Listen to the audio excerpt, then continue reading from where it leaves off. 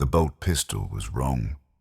I could see it from across the cargo hold, smell the misaligned plasma coils, feel the vibration of its imperfect balance through the metal bars that caged me. The human carrying it had no idea. He stood there in his black armor with the red seal on his chest, the one that marked him as belonging to the woman who owned me now. Owned. That is the word they use. As if intelligence could be owned, as if consciousness could be property.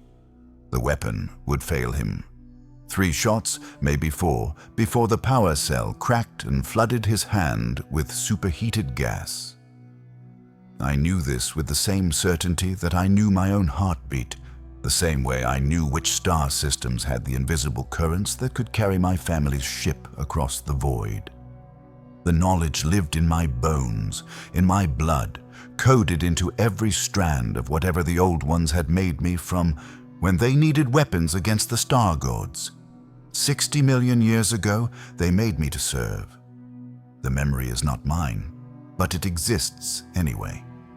Genetic knowledge passed down through generations so vast that my species should have evolved into something else entirely. But we did not. We cannot.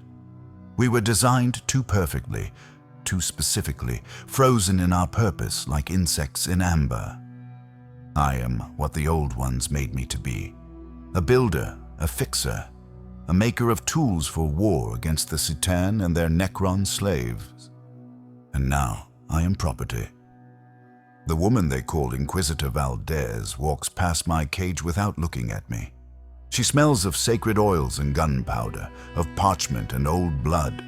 Her red robe sweeps the floor with a whisper that reminds me of wind through the trees on worlds I will never see again.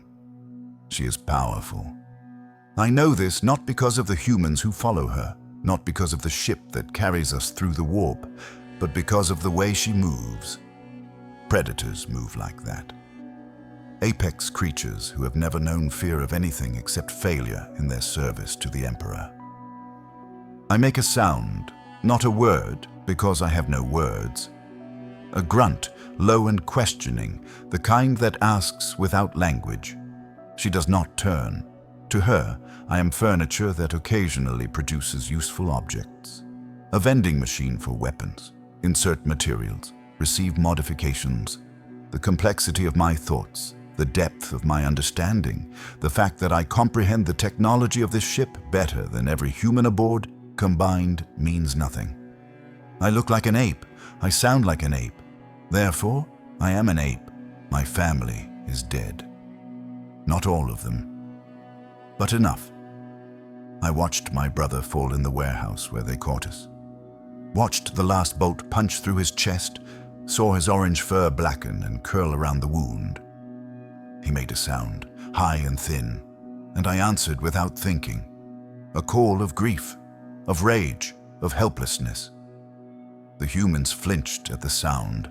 One of them hit me with something heavy, and the world became darkness and pain. When I woke, I was in this cage, 3 meters by 3 meters, suspended in the cargo hold of this black ship like a piece of cargo myself. The bars are ceramite, blessed, anointed, wrapped in prayer strips I cannot read. But I understand their purpose. They prevent me from accessing the lock mechanism. They prevent me from reaching the power coupling that feeds the emergency lights. They prevent me from doing what I was made to do, which is build, modify, improve, escape. The cage itself is a masterwork of cruel efficiency. Whoever designed it understood what I am. Not the human's understanding, which is shallow and wrong, but the true understanding. They knew I would study every molecule, every joint, every microscopic imperfection. They knew I would spend every waking moment planning my freedom, so they made the cage simple, inert, dead metal with no systems to manipulate, no circuits to redirect, no mechanisms to improve into weapons, just bars and locks I cannot reach, and the slow death of captivity. I've been here for 4 months, 2 weeks, and 3 days. Time on a ship is different than time on a world, but the humans maintain their routines with religious precision. Morning prayer at 6 ship time. Evening prayer at 1800. Feeding at 700 and 1900. The nutrient paste comes through a slot too small for my hands. It tastes like metal and despair, and the recycled proteins of dead things ground to nothing.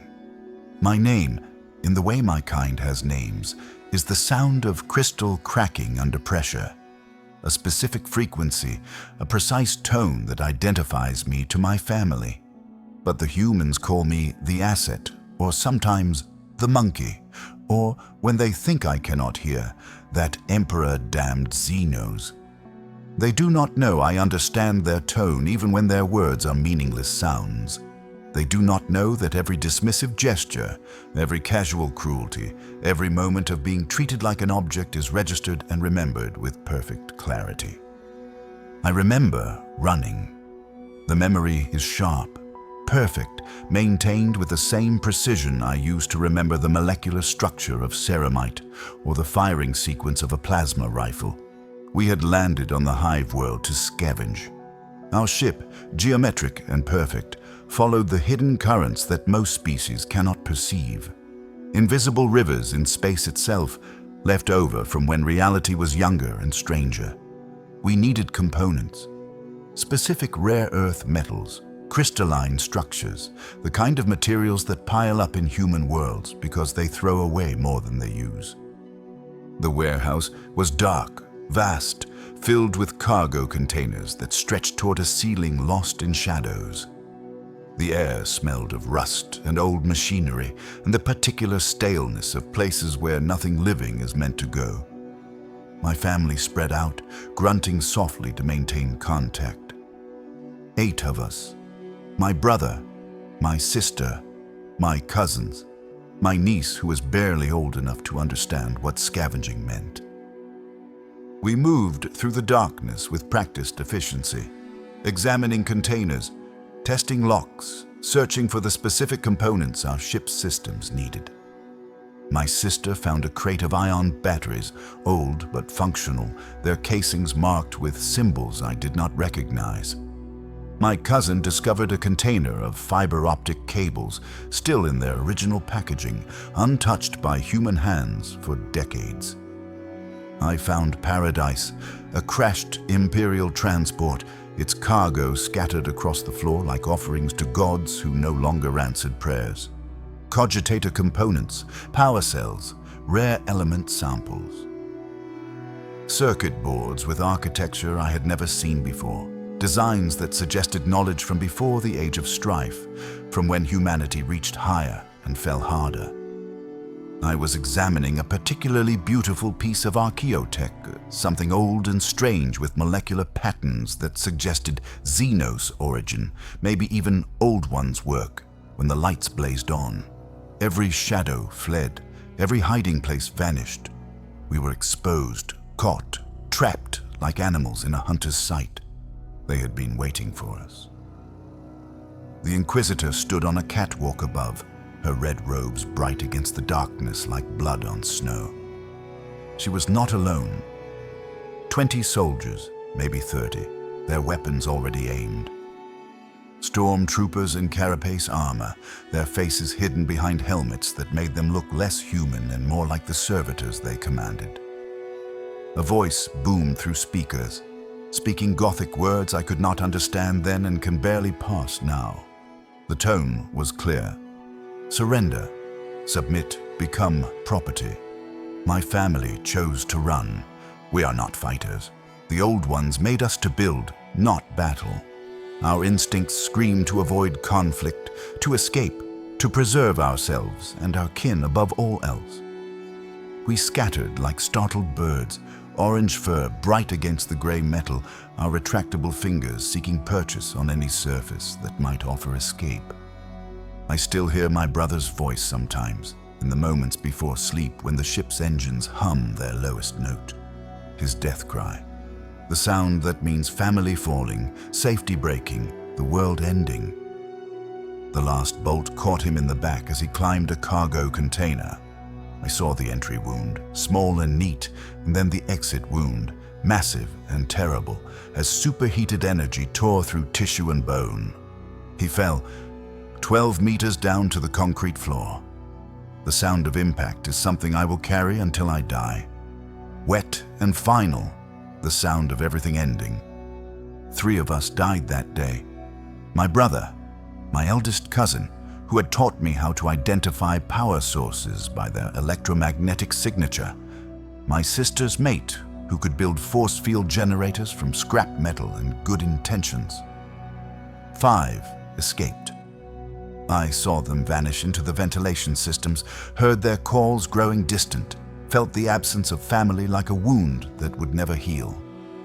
2 were captured. Just me and my niece, too young to understand what had happened, screaming for her mother who would never answer. They separated us immediately.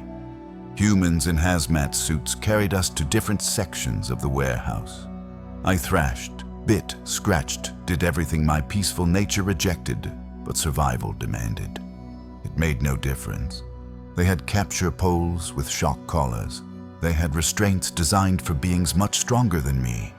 They had centuries of experience subduing Xenos who did not want to be subdued. I have not seen my niece since that day. Sometimes I wonder if she's alive. Sometimes I hope she is not. Death would be kinder than this. Death would be mercy compared to spending every day in a cage, watching intelligence waste away in meaningless service, feeling consciousness trapped with no outlet for its expression. The Inquisitor approaches my cage now, her boots clicking on the deck plating with the rhythm of absolute authority. She holds a weapon, an old one, ornate, the kind humans keep as symbols of their houses and their histories. A bolt pistol with a cracked stock and a firing mechanism that stutters when it should sing. The weapon is centuries old. I can see it in the wear patterns, in the way certain components have been replaced while others remain original. This weapon has killed. Many times, across many worlds. The barrel has microfractures from overuse. The grip is stained with human sweat, human oils, human DNA I could sequence if I had the right tools. She does not speak to me. She never does. Humans speak to their pets, to their servitors, even to their weapons. But not to me. I am something other, something that exists in a category below acknowledgement. She simply opens a small slot in the cage, just large enough to pass the weapon through, and places it on the tray inside. Then she closes the slot and walks away, her robes making that whispering sound that haunts my sleep. This is how it works. They give me broken things. I fix them. Not because I want to help them, not because I believe in their emperor or their Imperium or their endless crusade against everything they define as other, but because the compulsion to repair, to improve, to make things right is stronger than my will to resist. I hate it. I hate that I cannot stop myself. I hate that my hands are already reaching for the weapon before my mind can tell them not to. I hate that the moment I touch it, I can feel everything wrong with it, every imperfection singing to me like physical pain that needs to be resolved. The firing pin is worn, ground down by 10,000 hammer strikes until its edge is too soft to reliably strike the primer. The recoil spring has lost tension, stretched beyond its design parameters by age and use. The magazine feed has a microscopic burr that will cause a jam within the next 50 rounds. The solutions arrange themselves in my mind without effort, without choice, without any opportunity to decide that I do not want to help these people who treat me like property. Replace the pin with a modified version, increase the spring compression by 7%. Smooth the feed mechanism using a polishing technique that requires tools I do not have, but can make from the food tray if I bend it correctly. I work, not because I want to. Not because I agreed to, but because I am what I was made to be, and the old ones designed their creations too well. The compulsion is genetic, absolute, overwhelming. Fighting it is like trying to stop my heart from beating or my lungs from drawing breath. My hands move without conscious direction. Orange fingers, longer than human fingers, more flexible, with retractable joints that can access tight spaces and manipulate components at scales that would require magnification for human engineers. I disassemble the bolt pistol with the ease of thought, laying out the components on the floor of my cage in precise rows. Each piece is examined, catalogued, understood at levels that go beyond mere mechanical function. I can see the history of this weapon in its wear patterns, the battlefield where it jammed and nearly cost its owner their life, the shrine where it was blessed and anointed with sacred oils that did nothing to improve its function, but everything to satisfy the superstitions of its users, the armory where it was stored for decades, slowly degrading in humidity and time. This weapon has taken 13 lives.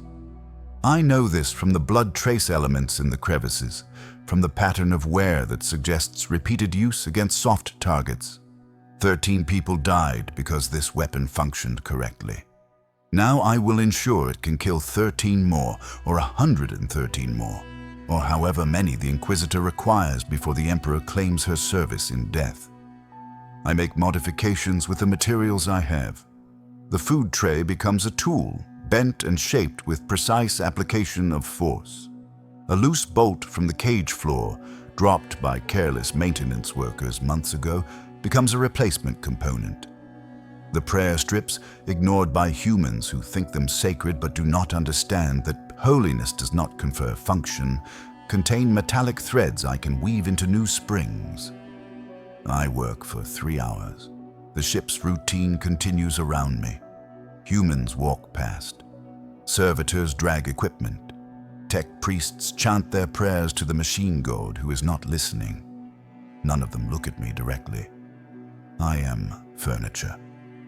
Useful furniture, but still just a thing that sits in a cage and produces results. When I finish, the bolt pistol is better than it was. Not just repaired, but improved. The balance is perfect now, redistributed through careful modification of the grip and trigger assembly. The firing mechanism will not fail for 10,000 rounds. I have added a self-cleaning function using components from my water dish, mechanisms that will cycle with each shot and clear debris from the action. I've adjusted the barrel harmonics to improve accuracy by 0.3%. The weapon will serve its user well. I hate it. I hate that I have made this better. I hate that I have taken a broken tool of murder and made it a perfected tool of murder. I hate that my genetic programming forces me to help those who imprison me. But most of all, I hate that there is satisfaction in the work. That some deep part of me, the part that is pure Old One's design with no individual personality to corrupt it, feels pleased by the optimization, feels fulfilled by taking chaos and making it order. The Inquisitor returns at evening prayer. The ship's klaxons sound, calling the faithful to their devotions. She takes the bolt pistol through the slot without comment, without thanks, without any acknowledgement that intelligence was required to perform this work. She examines it briefly, running diagnostic scans with equipment built into her armor. The readouts must satisfy her because she nods once and leaves, taking my work, my skill, my enslaved intelligence with her. I am given my evening ration of nutrient paste. It comes through the slot in a sealed container, measured precisely to provide the minimum calories required to keep me functioning. It tastes the same as always. Like nothing. Like existence without purpose. Like the slow death of everything I am. I eat because the alternative is starvation, and genetic programming demands survival even when survival has no meaning. Night comes. The ship's lights dim to their low setting, the color shifting from harsh white to dim red that is meant to help human circadian rhythms. This is when I think most clearly. When the humans sleep and I am alone with the hum of the warp engines and the distant howl of the Geller fields that keep the demons outside from eating us all. The ship groans as it travels through the Imperium. Space that is not space. Reality that is not reality. a place where thoughts have weight and nightmares walk. I think about escape. Every Jokaero thinks about escape. It is what we do. Even when content, even when safe, we cannot stop analyzing our environment for ways to leave it. This is why we are so hard to contain. Give us any system, any mechanism, any technology at all, and we will find a way to weaponize it or use it to break free. But this cage has no systems, no mechanisms, no technology except the bars themselves, which I cannot reach from inside, and the lock, which is placed specifically beyond the range of my arms, even when I stretch them to their maximum extension. I have tried. Emperor knows I have tried. I spent the first week simply attempting to reach the lock through pure determination, stretching until my shoulders screamed, my fingers straining toward the mechanism that mocked me with its proximity. The bones in my arms ached. The muscles tore microscopically and repaired and tore again. I came within 2 centimeters. 2 centimeters that might as well be 2 light years. I tried building tools from my food trays, bending them into long-reaching implements. The guards noticed. Now the trays are collected immediately after feeding, counted, checked for modifications. Any bend, any alteration, any sign that I have treated them as materials rather than containers results in punishment. Reduced rations, increased isolation, the subtle cruelties that humans excel at when they want to break something without killing it. I tried taking apart my water dish, using the components to create a magnetic field generator that might manipulate the lock mechanism from a distance. That one nearly worked. I spent 2 weeks constructing it from memory alone, using techniques I learned from genetic knowledge older than human civilization.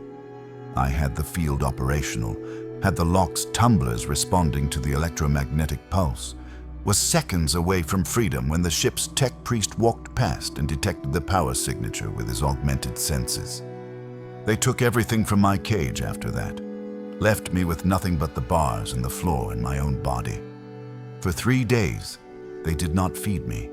Punishment for trying to escape, punishment for being what they made me.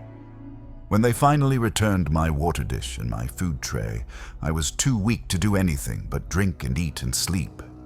The muscle mass I had lost took weeks to rebuild. The psychological damage took longer. I learned then, they will never kill me. I am too valuable. But they will make me suffer just enough to ensure compliance. It is the same method humans use to train their animals. Reward desired behavior. Punish resistance. Reduce the living being to a simple stimulus response machine. But I am not simple. I am older than human civilization, designed by beings who shaped galaxies and fought wars against gods made of living metal. My intelligence is vast, multi-layered, operating on levels humans cannot comprehend. I understand quantum mechanics the way humans understand walking. I see electromagnetic fields the way they see visible light. I comprehend the fundamental forces of the universe not as abstract concepts, but as direct sensory experience. And none of it matters, because I cannot speak, cannot explain, cannot make them understand that every weapon I improve for them is a piece of my soul dying, that every day in this cage is an eternity of wasted potential, that I am more than the sum of my utility to their endless wars. The tech priest visits me once a week.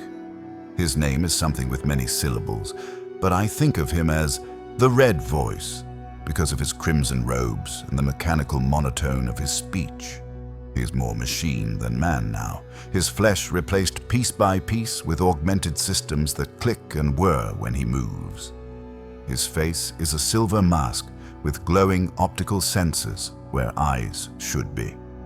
His hands are servo claws that can grip with precision or crush with force. He stands outside my cage and lectures me on the proper construction techniques, the approved patterns, the sacred geometries that must be maintained. I understand none of his words. Language is closed to me. The old ones made us many things, but not speakers. Perhaps they feared what we might say.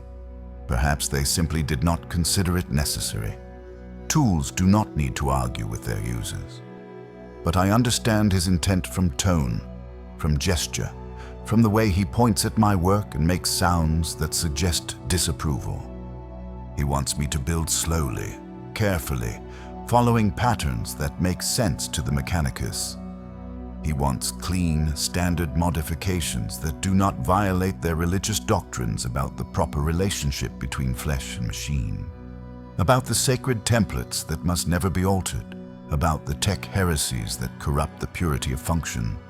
He wants me to be smaller, less capable, more controlled. I cannot comply, even if I wanted to. When I touch technology, when I feel the flow of energy through circuits and the balance of components in a mechanism, my hands move according to laws. The red voice does not know exist. I improve things the way water flows downhill, following the path of least resistance toward optimal efficiency. I cannot build badly any more than I can forget how to breathe. This frustrates him. I can smell the acrid tang of his annoyance mixing with the sacred oils that lubricate his augmented joints. I can see it in the tension of his mechanical frame, in the way his optical sensors focus too intently, in the sharp gestures he makes when examining my modifications. He brings other tech priests sometimes, 5 or 6 of them, and they stand in a semicircle around my cage, chanting in binary and high Gothic, analyzing my work, arguing about what it means. They see tech heresy. They see violations of the sacred templates passed down from the dark age of technology. They see improvements that should not be possible with the materials provided, optimizations that exceed what their calculations say is achievable, efficiency gains that violate their understanding of thermodynamics and energy conservation. They argue in their machine language, voices crackling with emotion that their augmented throats were designed to eliminate. They do not understand that meaning is irrelevant. I do not build with philosophy. I build with instinct, with genetic memory, with the accumulated knowledge of 60 million years of technological development coded into my cells. Their arguments are like ants debating the nature of wind, earnest, passionate, and completely missing the scope of what they examine. Today brings a new horror. The Inquisitor does not arrive with a weapon to repair. Instead, she brings a human. Young, perhaps 20 standard years old, with the clean-shaved skull of an acolyte and the nervous energy of inexperience. His hands shake slightly as he carries a small cage, portable, designed for easy transport. Inside is another of my kind. My niece. Still alive, still orange-furred and bright-eyed, though thinner than I remember. Her fur has lost some of its sheen, dulled by inadequate nutrition and stress. Her movements are careful, controlled, the behavior of someone who has learned that sudden motion brings punishment. She makes a sound when she sees me, high, questioning, the tone that means recognition and relief and desperate need for contact. I answer without thinking, my voice cracking with emotion that has no outlet, no expression adequate to convey the weight of 4 months' isolation ending in this moment. The Inquisitor speaks. I do not understand her words, but I understand her gesture. She places my niece's cage next to mine, close enough that we can see each other clearly, far enough that we cannot touch. The gap between the cages is perhaps 30 centimeters. It might as well be the void itself. Then she leaves, her boots clicking away, taking her soldiers and her acolyte with her. For the first time in 4 months, I am not alone. My niece presses against the bars of her cage, reaching toward me with hands that are too small, too young, too unprepared for this universe of cruelty.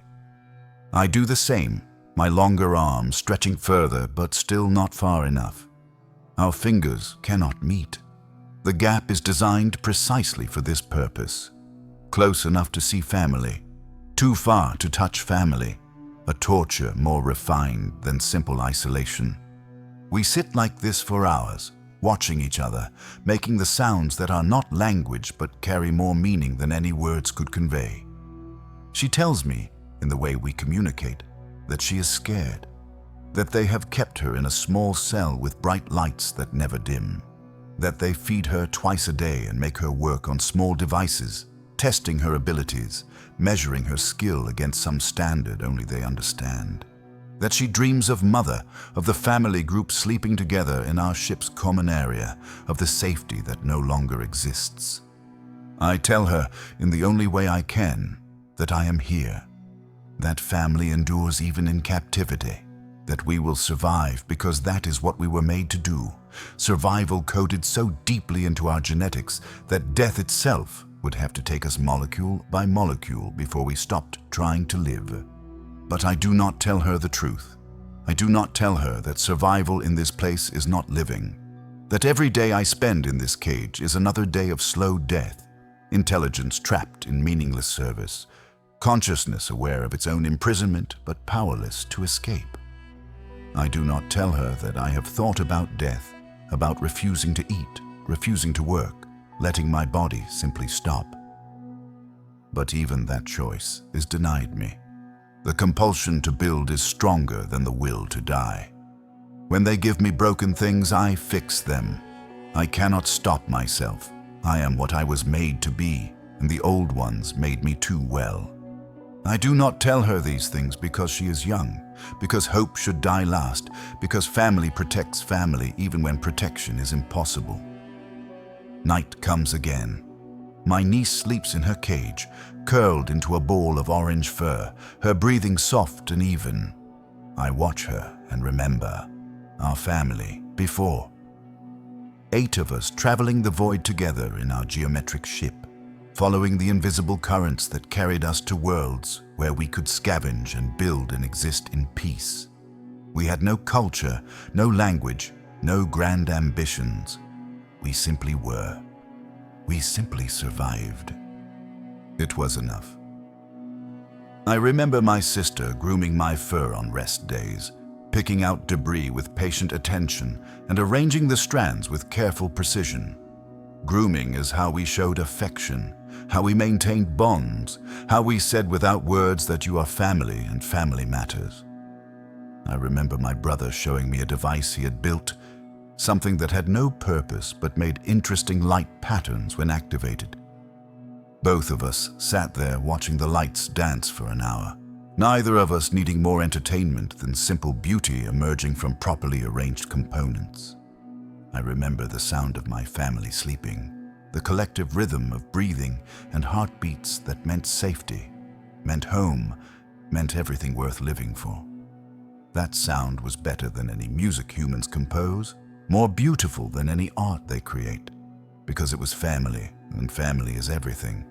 All gone now, scattered across the galaxy or dead in that warehouse.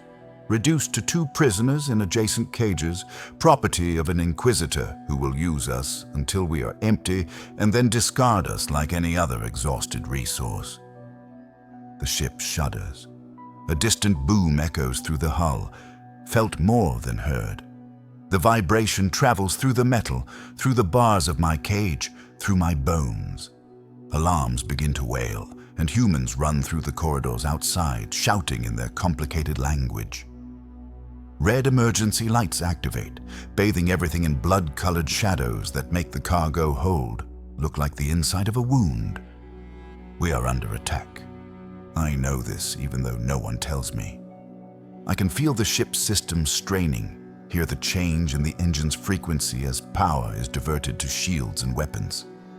I can smell the ozone tang of void shields taking impacts, the acrid burn of overloading circuits, the sharp electrical scent that means systems failing under stress they were not designed to handle.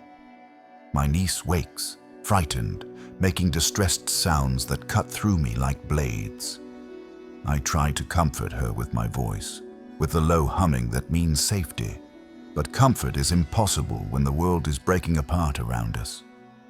The ship lurches to one side, artificial gravity fluctuating, and both cages slide across the floor with metal screeching against metal. An explosion rocks the cargo hold, close, too close. Metal shrieks somewhere above us. Something breaks in the bulkhead, and sparks rain down like bright snow. A klaxon screams, warning in tones that hurt my ears, frequencies chosen specifically to trigger panic responses in baseline human nervous systems. The humans abandon this section, running toward their battle stations, leaving us caged and helpless. Another impact. Closer still. The ship lists hard to one side, and both cages slide across the floor again. We slam into the far wall hard enough that I taste blood. My niece is screaming now, the high-pitched cry of terror that young ones make when death is near. The sound activates every protective instinct I have, but I am helpless, trapped, unable to do anything but watch her suffer. I want to protect her. Emperor, by all the lost gods of the old ones who made me, I want to reach through these bars and pull her close and tell her it will be fine. But I cannot. I'm trapped. We both are.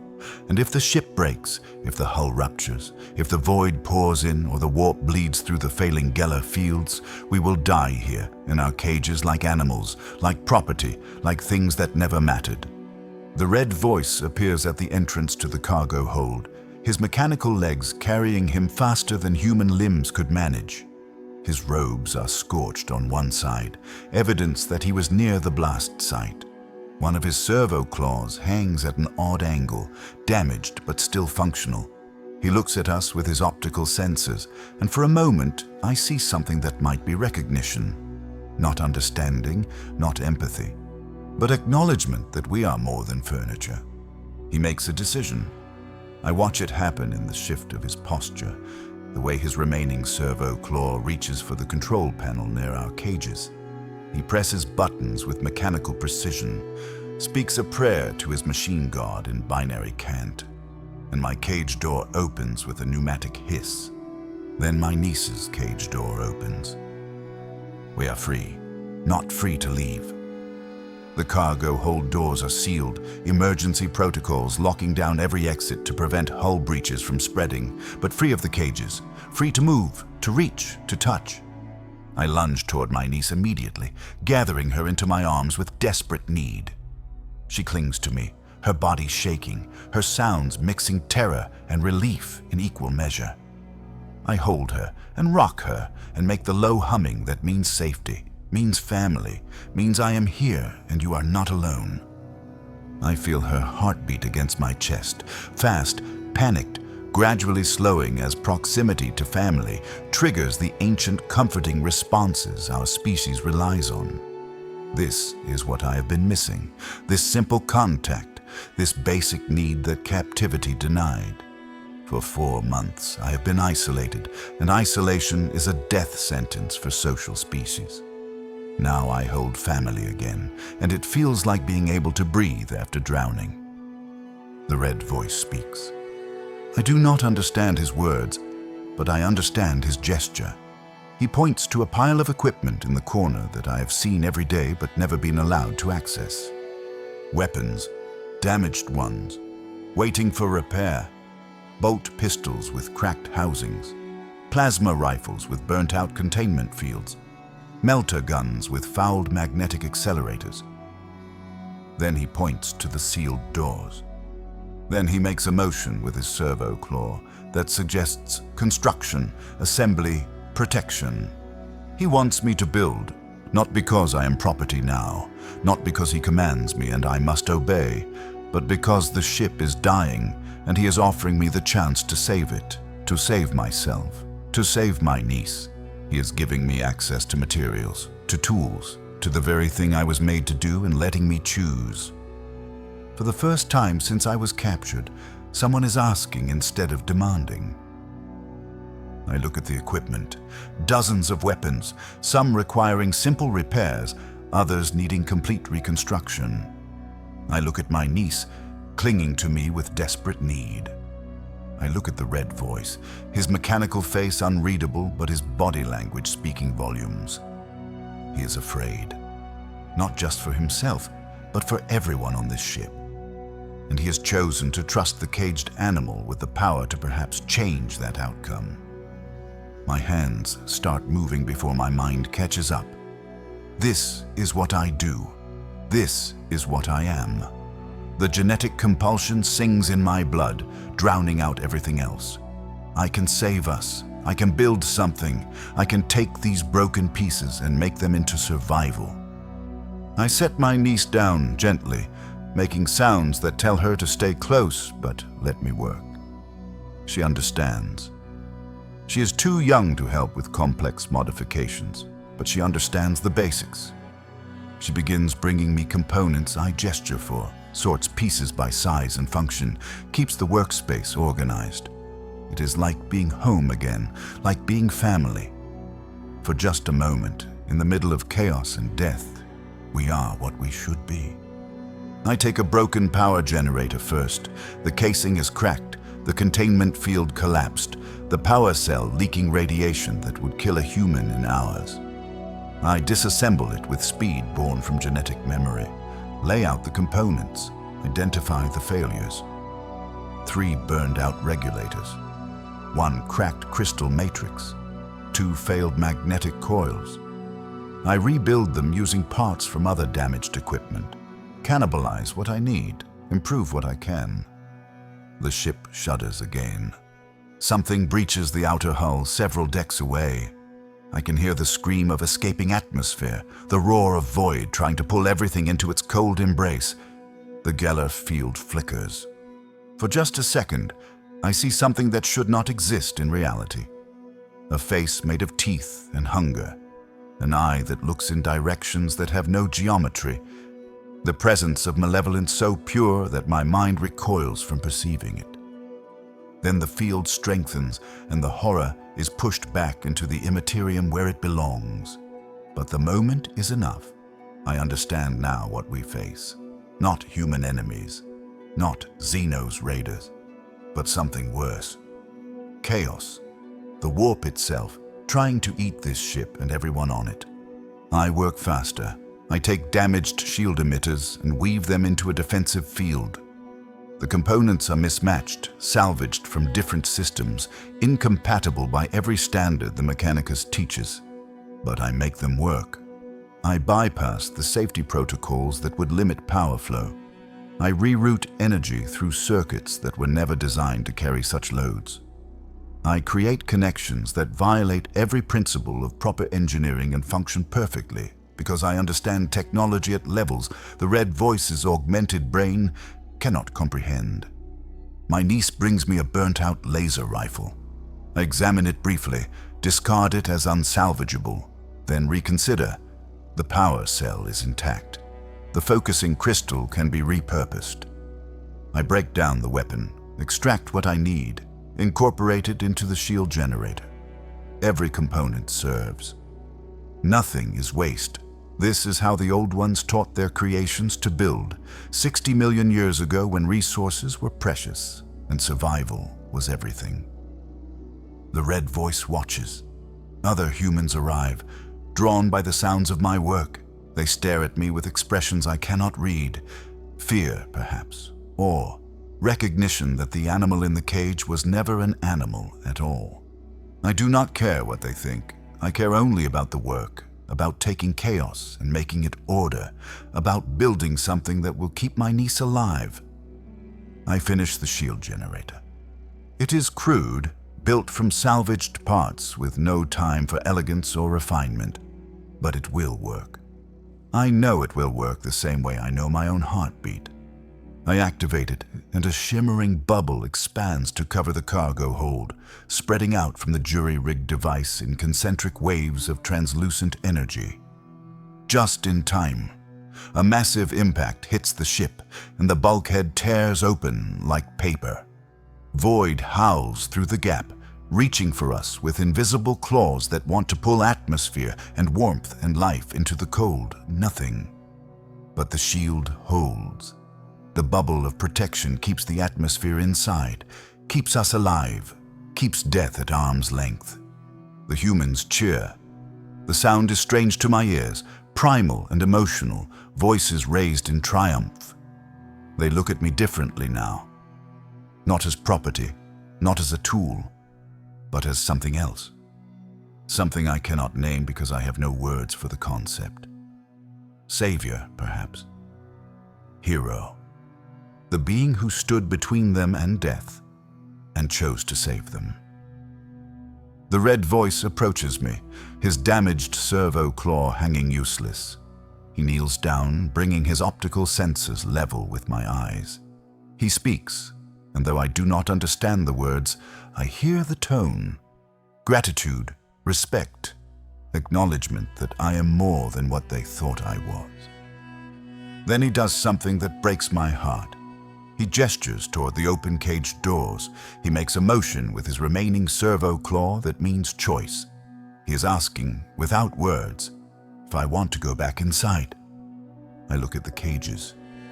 Empty now, doors standing open like mouths waiting to swallow us again. I look at my niece, safe in my arms, her heartbeat steady and sure. I look at the shield I built, holding back the void with technology humans could not replicate if they studied it for centuries. I look at the red voice, waiting for my answer with patience that suggests he might actually respect whatever decision I make. I could run. The exits are sealed, but I am smart. I could find a way. I could take my niece and disappear into the bowels of this ship, hide in the infrastructure, survive in the spaces between walls. Every Jokaero knows how to do this. It is instinct, coded as deeply as the compulsion to build. We could escape the next time we make port. We could be free. But freedom to do what? To run forever.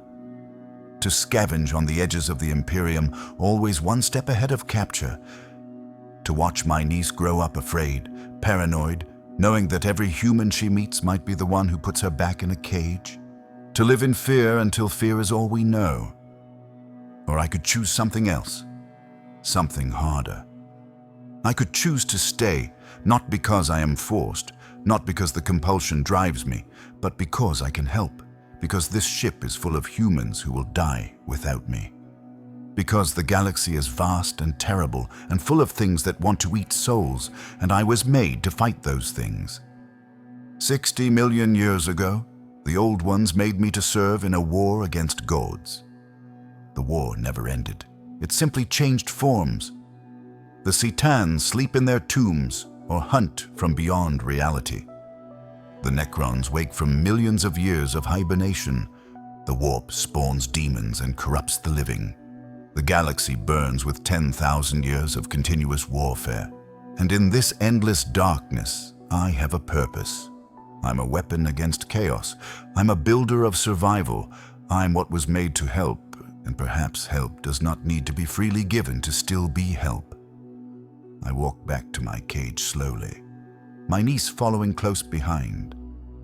I enter the small space that has been my prison for months. I sit down on the metal floor that I know better than any surface I've ever touched. My niece enters her cage as well, understanding somehow that this is necessary, that this is the price of survival in a universe that offers no better choices. The red voice closes my door. The lock engages with a sound I have heard every day for 4 months. I am property again. But something has changed. The red voice does not leave immediately. He stands outside my cage for a long moment, his optical sensors focused on my face with attention that suggests actual observation rather than simple cataloging. Then he leaves and returns with food. Real food, not nutrient paste. Fruits and prepared vegetables and protein that actually tastes like something. He places it inside my cage carefully, respectfully, as if feeding a guest rather than a prisoner. Then he brings similar food for my niece. He speaks to us. Long, complicated sounds that I cannot parse into meaning. But his tone is different now. He is not lecturing. He is explaining. He is treating us like intelligent beings who deserve to understand, even if understanding is impossible across the barrier of language. Other humans come. They bring materials, components, broken things that need fixing, but they do not simply push them through the slot and walk away. They wait. They watch. They acknowledge with gestures and expressions that what I do requires skill. requires thought, requires something more than trained behavior. The Inquisitor arrives. I tense, expecting punishment for leaving my cage, for taking initiative, for daring to be something other than obedient. But she does not punish me. She stands outside my cage for a long moment, studying me with eyes that have seen too much and survived anyway. Eyes that understand, perhaps, what it means to do terrible things in service to something larger than yourself. She speaks to the red voice. He responds. They have a conversation I cannot follow, but I can read the body language, the gestures, the way her hand moves to indicate me, and then the broken bulkhead, and then the shield still holding back the void. She is receiving a report. She is learning what happened. She is adjusting her understanding of what I am. She nods once and leaves. The red voice returns to my cage moments later. He opens a panel I did not know existed and makes adjustments to something inside. Then he closes it. The cage is different now. I can feel the difference in some way I cannot articulate. Not open, not gone, but different. There's a button inside, reachable from where I sit. I press it experimentally. The door opens with the same pneumatic hiss as before. I press it again. The door closes. Again. Open. Again. Close.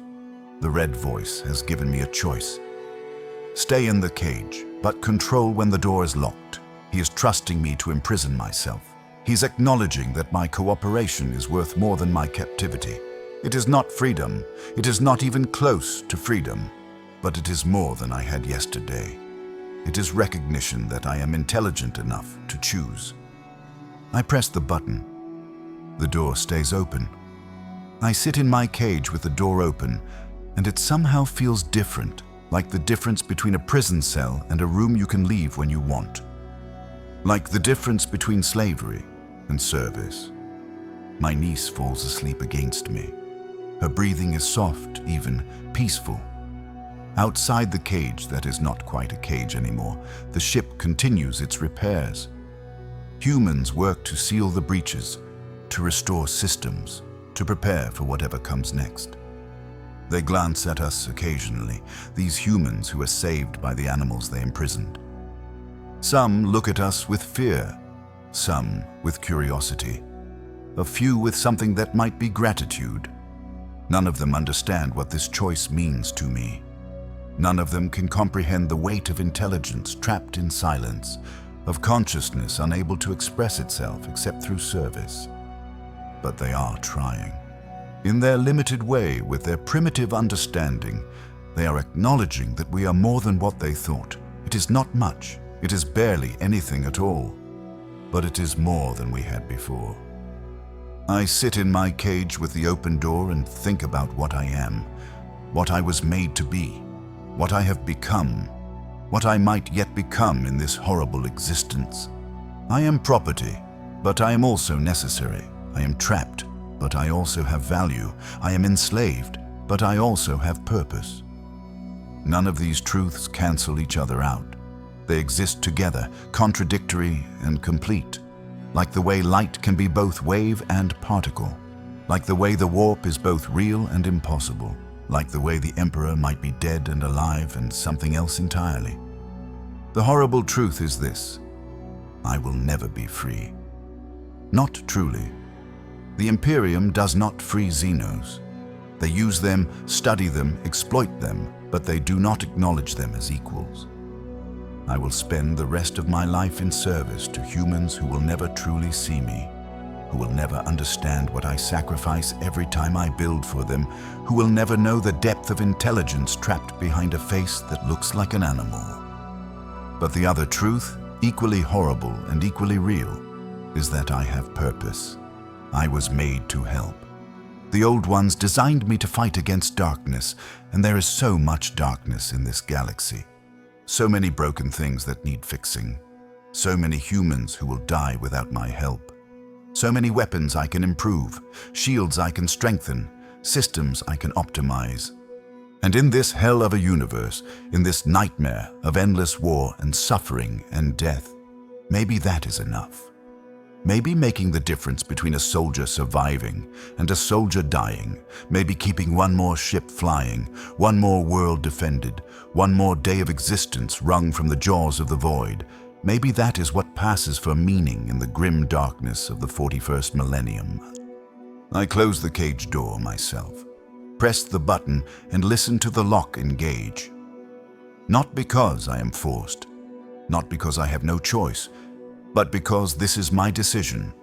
This is me choosing to be what I was made to be in whatever small ways I can control. My niece stirs in her sleep, makes a small sound of contentment.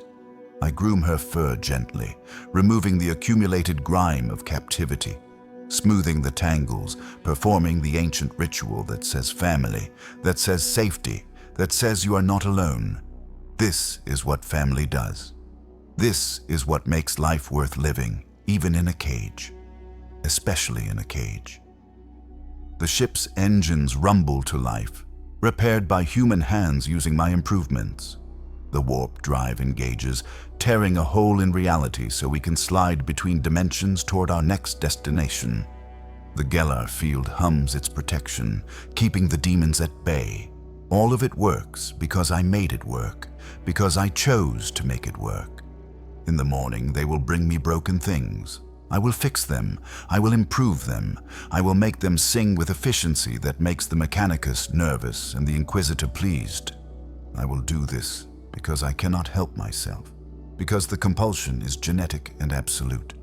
But now I will also do it because I choose to. And that makes all the difference.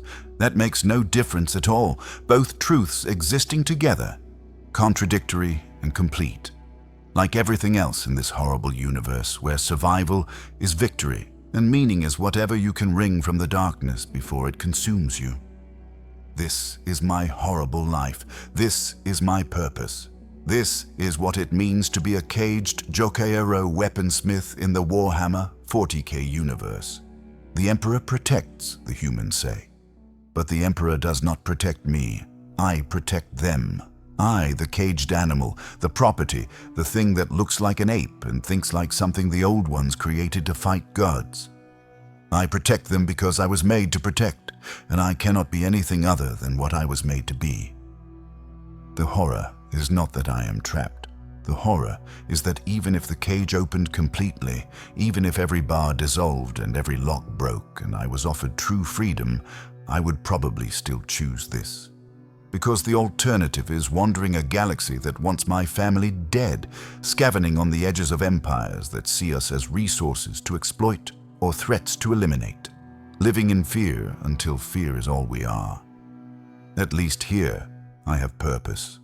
At least here, I matter in some small way. At least here, my niece is safe and fed and alive. At least here, the work I do means something, even if the humans who benefit from it will never truly understand what I sacrificed to provide it. Days pass, weeks. The ship continues its mission, whatever that mission is. I am not told. I am never told. But I can guess from the equipment they bring me, from the urgency of repairs, from the fact that the Inquisitor looks more tired with each passing day. We are hunting something, or something is hunting us. Or both, simultaneously, in the way that often happens in this galaxy where predator and prey shift roles moment by moment. The work changes as our situation evolves. Where once I received standard weapons for simple repairs, now I'm given specialized equipment. Psy-cannon components that burn my hands with residual warp energy. Storm bolters with blessing inscriptions that make my genetic memory itch with unpleasant recognition. Nemesis Force weapons whose psychically active materials respond to my touch in ways that suggest the old ones knew more about the warp than any of their creations should remember. Each modification teaches me more about what we face. The equipment speaks a language beyond words. Demon-killing rounds, sanctified components, wards against corruption that smell of faith and desperation. We are fighting chaos. Not just cultists or traitor marines, but actual manifestations of the warp itself. the enemy that my creators feared most, the one they built the Geller field technology to defend against, the threat that outlasted the old ones themselves. One morning, the Inquisitor brings me something different. Not a weapon, but a person. A human female, young, barely out of adolescence. She wears the simple robes of a scholar or scribe, and her eyes are red from crying. The Inquisitor speaks to her, then to me, then pushes a data slate through the cage bars. I examine it. The screen shows technical schematics, but my illiteracy makes them meaningless until I recognize patterns, ratios, the universal language of engineering that transcends written words. This is a blueprint for something. A device, complex, dangerous, obviously forbidden by the Mechanicus because it violates every sacred template they protect. The girl is a tech heretic. She built something she should not have, or tried to, or simply understood things she was not supposed to understand. And now the Inquisitor wants me to complete her work, to take her theoretical designs and make them reality. To be complicit in tech heresy, not through ignorance, but through action. I look at the girl. She looks back with eyes full of fear and desperate hope.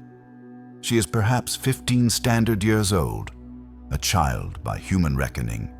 She will die for her curiosity unless I help her, unless I take her forbidden knowledge and build it into something the Inquisitor can use. This is the horrible choice they give me. Build and enable tech heresy. Refuse and watch a child die for the crime of being too smart, too curious, too much like me in ways that make my genetic memory ache with recognition. I take the data slate. I study the designs. They are brilliant, revolutionary, based on principles the Mechanicus forgot 10,000 years ago. This girl has independently rediscovered technology from the Dark Age, has intuited truths about electromagnetic resonance and quantum entanglement that should be impossible for baseline humans to grasp. I build her device. It takes 3 days, working with materials the Red Voice brings me piece by piece, testing each component against specifications that exist only in my understanding of what the girl was trying to achieve. The device is elegant, efficient, absolutely heretical by every Mechanicus standard. It manipulates electromagnetic fields at quantum scales, allowing precise control of servitor neural implants from unprecedented distances.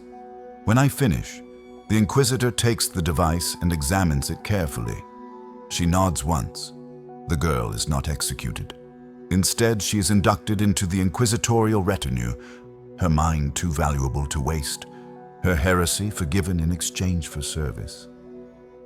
She passes my cage later that day and mouths words I cannot hear but understand. Thank you. I have saved her life by enabling her heresy. I have committed tech heresy myself by building forbidden technology. I have become complicit in everything the Mechanicus fears about Xenos and human cooperation. And I feel nothing about these transgressions because morality is a luxury that caged beings cannot afford. The months accumulate. 6, 7, 8. My niece grows, her skills developing with practice.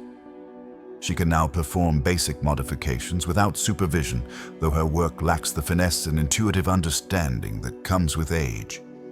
The young acolyte continues his visits, bringing gifts, asking questions with his eyes that I cannot answer.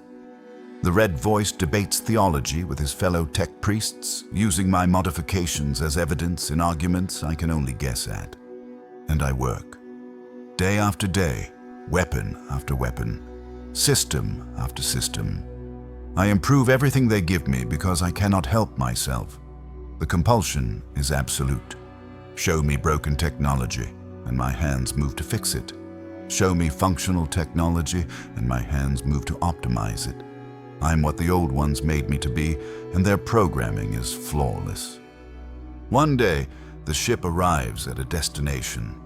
I know this because the warp engines shut down and the Geller field disengages, and the screaming silence of the Imperium is replaced by the merely empty silence of real space. Humans rush through corridors. Equipment is loaded and checked. The Inquisitor visits my cage, looks at me with an expression I cannot read, and leaves without speaking. They're going somewhere dangerous. Somewhere that requires every weapon I've modified, every piece of equipment I've improved, every advantage my enslaved intelligence can provide. And they are leaving me behind, caged and helpless, because despite everything I've done, I'm still property, still an asset to be protected, not a person to be consulted. The ship empties. Only a skeleton crew remains, tech priests and servitors to maintain basic functions. My cage sits in the cargo hold, doors sealed, systems locked down. My niece sleeps in her cage beside me. We are alone in ways we have not been since capture, isolated in silence that feels like abandonment. Hours pass. Then something changes. A shudder runs through the ship, but not from engines or weapons. Something else. Something fundamental. The lights flicker. Systems whine as power fluctuates, and I smell it, the particular electromagnetic signature that means warp energy bleeding into real space. We are under attack, not from physical weapons, but from something worse. The warp itself, reaching for this ship while its defenders are away. I can feel it pressing against the hull, probing for weaknesses, seeking entry. The Geller field activates automatically, but it is wrong, damaged, fluctuating at frequencies that will fail within minutes. The remaining tech priests rush through corridors, chanting prayers to their machine god. Servitors lumber toward critical systems, their mechanical precision no match for the chaos of emergencies. And in my cage, I sit and watch and know with absolute certainty that everyone on this ship will die unless someone fixes the Geller field. Unless I fix the Geller field. I press the button. My cage door opens. I step out into the cargo hold, my niece following close behind. No alarms sound. No guards appear. The skeleton crew is too busy surviving to notice that the animals have left their cages. I run, not toward escape, but toward the ship's core systems. My feet know the way from months of feeling the ship's vibrations, from studying the ambient electromagnetic fields, from simply understanding how vessels like this are constructed. My niece follows, trusting me completely, her small hands gripping my fur as we navigate corridors that smell of incense and fear. The Geller field generator is 5 decks down, buried in the ship's most protected systems. I reach it in minutes, my body moving with speed that surprises even me. The red voice is there, working frantically, his servo claws making adjustments that are logical but insufficient. He sees me and freezes. Optical sensors focusing with surprise and something that might be relief. I do not wait for permission. I push past him and plunge my hands into the generator's core systems, feeling the warp energy crackling against my skin like electricity and malevolence combined. The problem is obvious to me, invisible to him. A feedback loop in the harmonic stabilizers, creating resonance that amplifies instead of dampening.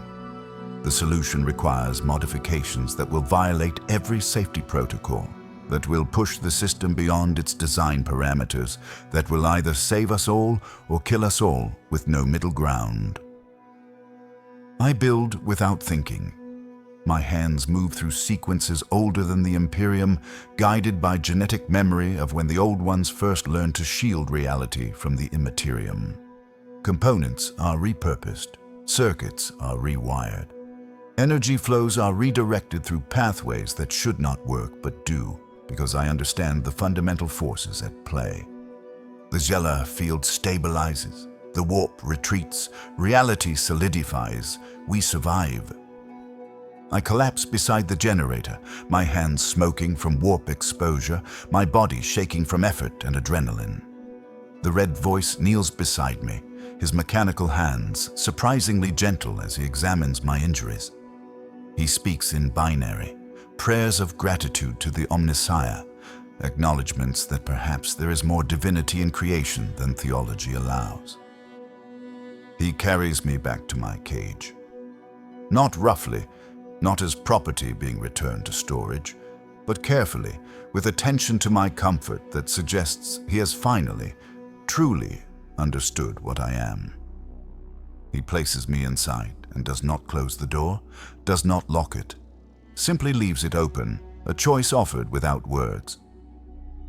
My niece curls beside me, making soft sounds of concern and comfort.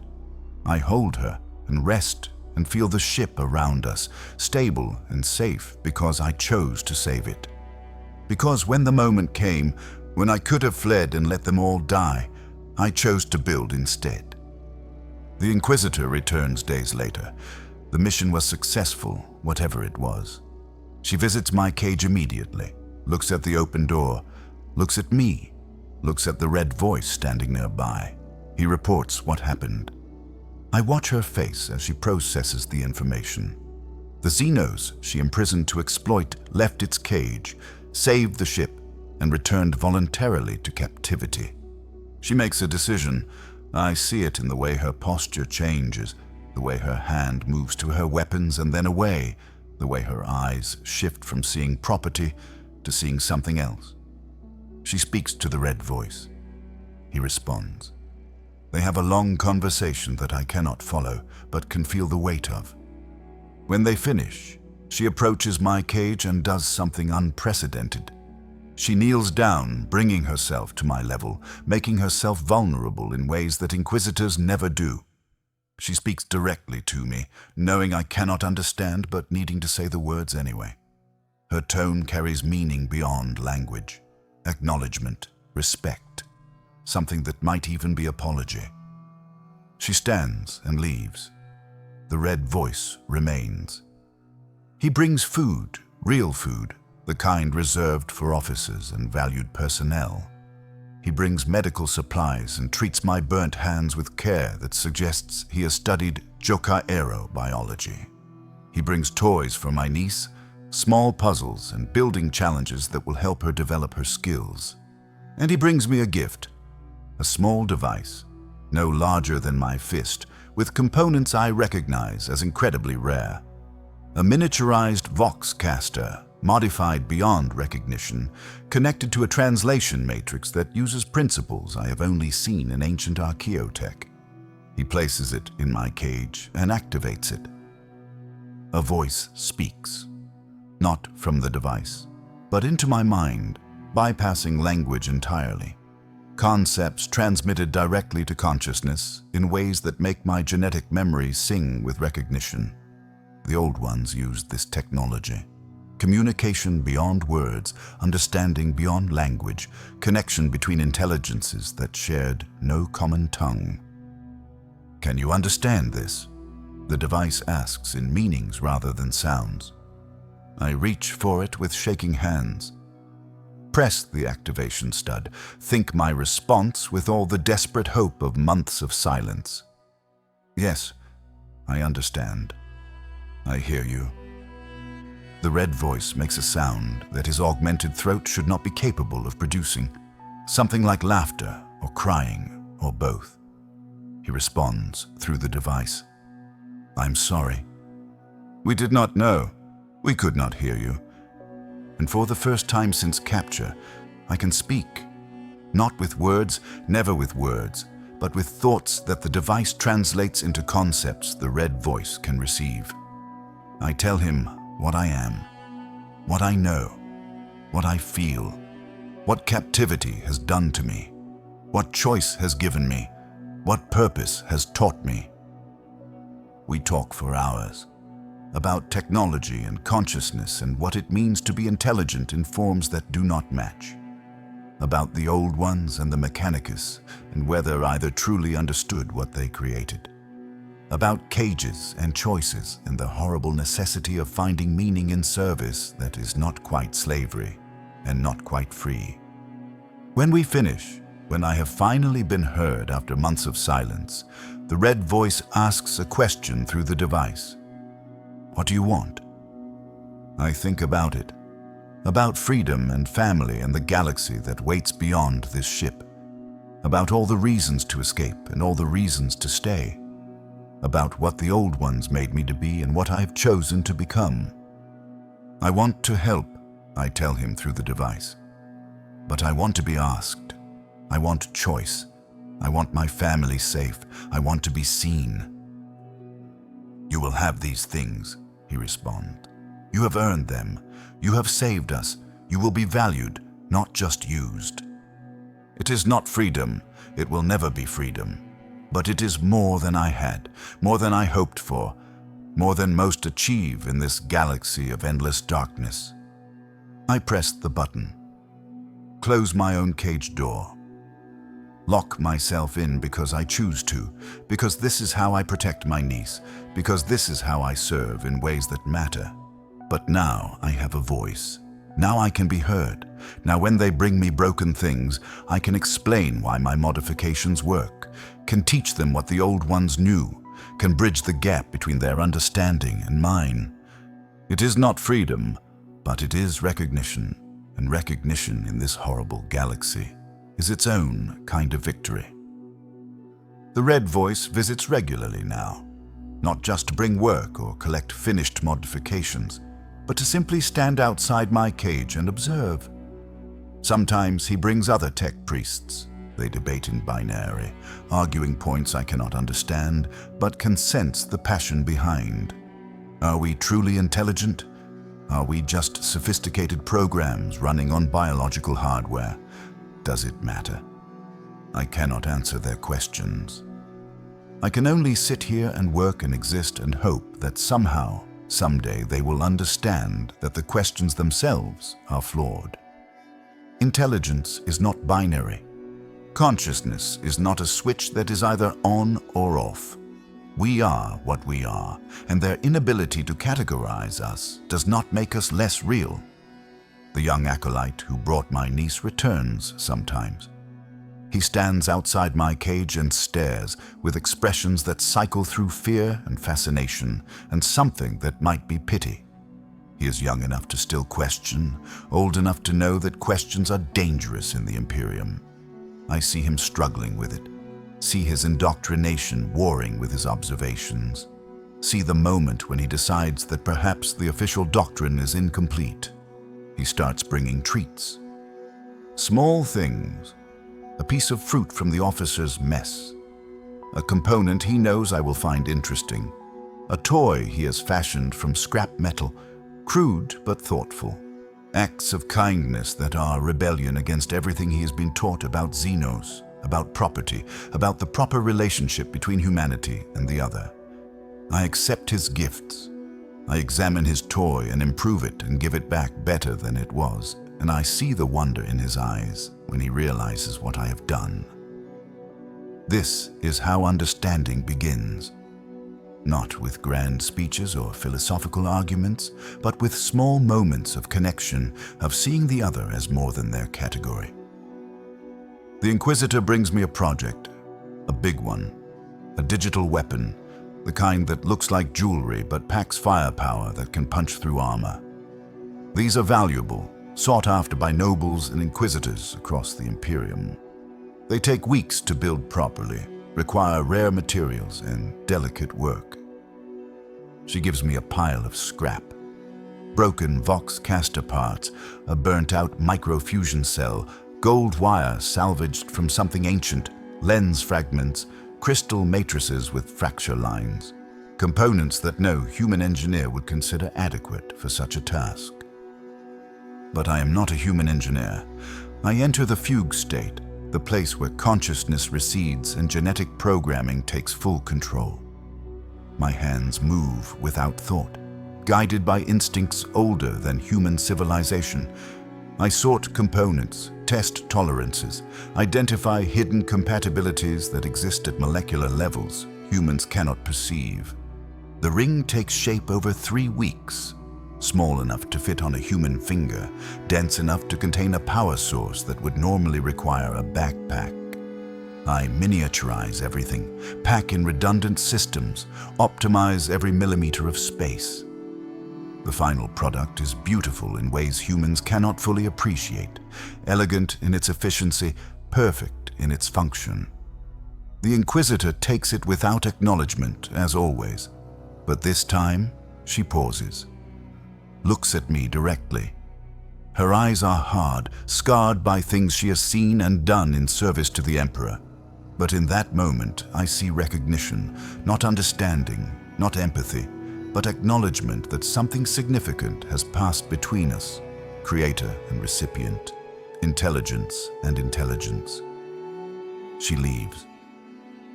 I return to my cage, press the button, lock myself in.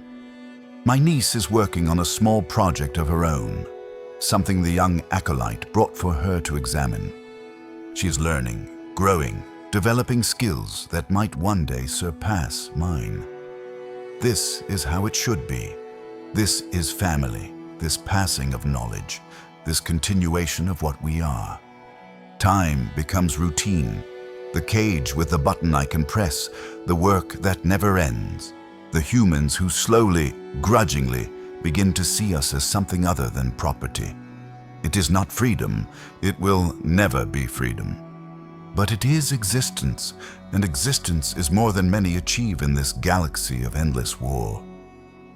I think about my brother sometimes, about the family we lost, about the life we had before, traveling the void in our geometric ship, following invisible currents to worlds where we could scavenge and build and simply be.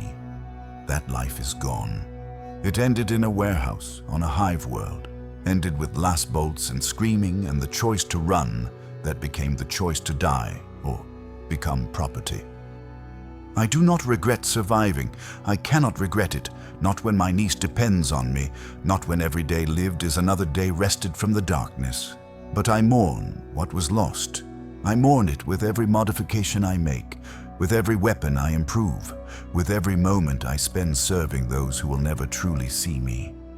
This is my horrible life. This is my eternal service. This is what it means to be intelligent without voice, to be brilliant without recognition, to be necessary without freedom, and I will endure.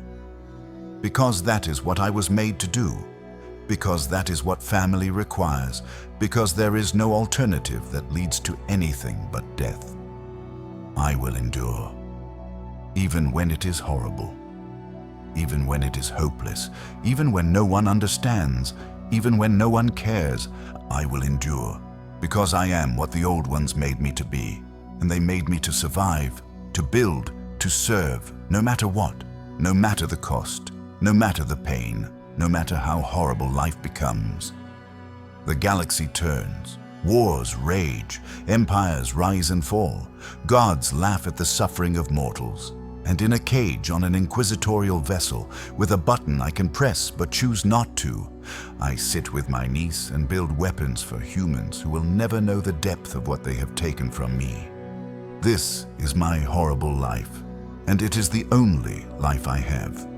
So I will live it day after day, year after year, building and improving and serving, because that is what I am, what I was made to be, what I will be until death finally claims me. And the most horrible thing of all is that I have learned to accept it, have learned to find meaning in the cage, purpose in the service, family in the small moments between modifications and repairs, have learned that survival itself is victory in a galaxy that wants everything dead.